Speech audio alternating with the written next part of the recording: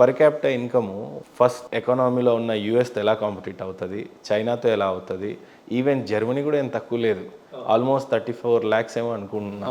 So కనీసం థర్డ్కి పోవడం కూడా కష్టంగానే కనిపించింది. అంత తొందరగా అవ్వదు సార్. ఎందుకంటే పర్ క్యాపిటల్ ఇన్కమ్ ఎలా క్యాలిక్యులేట్ చేస్తారంటే సింపుల్ సార్, కామన్ మ్యాన్కి అర్థమయ్యేలా చెప్తాను. GDP divided by population. అంతే.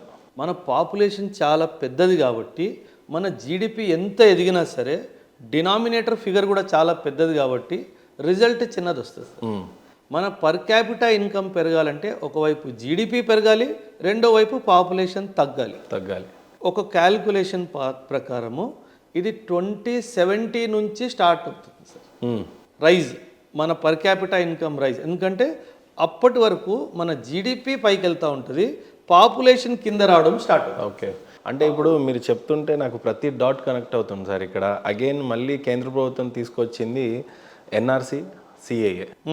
దెన్ జనాభా లెక్కలు కూడా సవరించాలి. అవును, one nation one theory again ఇక్కడ అప్లికేబుల్ అవుతుంది. అది హిందువా, ముస్లిమా, క్రిస్టియనా, సిక్కా, బౌద్ధ ఎవరైనా సరే ఇక్కడ ఖచ్చితంగా భారతదేశంలో ఉండాలంటే ఖచ్చితమైన ఆధారాలు ఉండాలి ఒకటి.